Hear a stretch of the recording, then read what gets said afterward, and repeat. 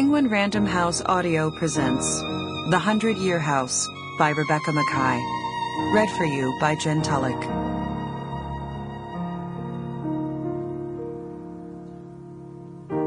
Nothing of her was left except her shining loveliness.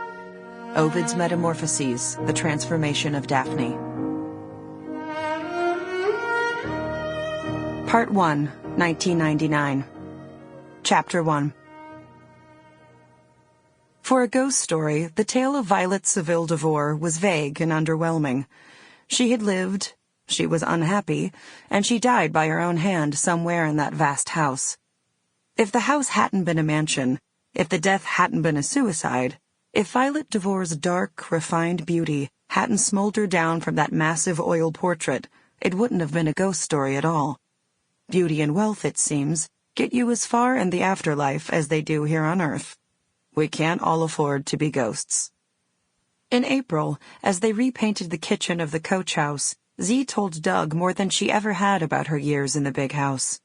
How she'd spent her entire ignorant youth there without feeling haunted in the slightest. Until one summer, home from boarding school, when her mother had looked up from her shopping list to say, "You're pale. You're not depressed, are you? There's no reason to succumb to that. You know your great-grandmother killed herself in this house. I understand she was quite self-absorbed." After that, Zee would listen all night long, like the heroine of one of the Gothic novels she loved, to the house creaking on its foundation, to the knocking she'd once been assured was tree branches hitting the windows.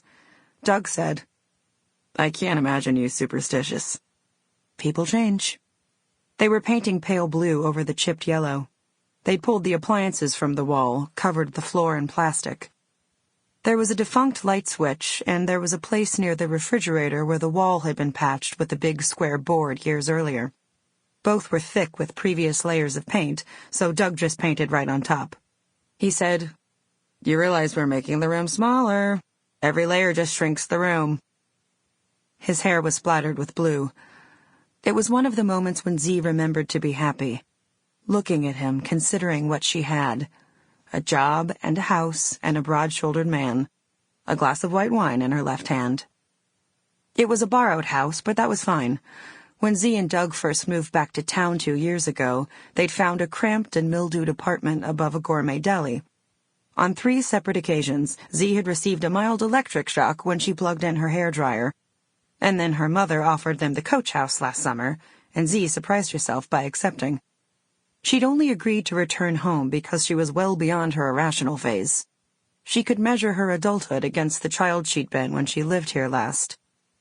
As Zee peeled the tape from the window above the sink and looked out at the lights of the big house, she could picture her mother and Bruce, and they're drinking rum in front of the news, and Sophia grabbing the recycling on her way out, and that horrible dog sprawled on his back.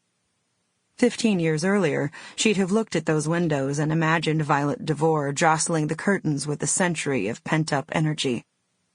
When the oaks leaned toward the house and plastered their wet leaves to the windows, Zee used to imagine that it wasn't the rain or wind, but Violet, in there still, sucking everything toward her, caught forever in her final, desperate circuit of the hallways. They finished painting at 2 a.m, and they sat in the middle of the floor and ate pizza. Doug said, "Does it feel more like it's ours now?" And Zee said, "Yes." At a department meeting later that same week, Zee reluctantly agreed to take the helm of a popular fall seminar. English 372, The Spirit in the House, Ghosts in the British and American Traditions, consisted of ghost stories, both oral and literary. It wasn't Zee's kind of course. She preferred to examine power structures and class struggles and imperialism. Not things that go bump in the night. But she wasn't in a position to say no. Doug would laugh when she told him. On the bright side, it was the course she wished she could have taken herself once upon a time. Because if there was a way to kill a ghost story, this was it. What the stake did to the heart of the vampire, literary analysis could surely accomplish for the legend of Violet Devohr. Chapter 2.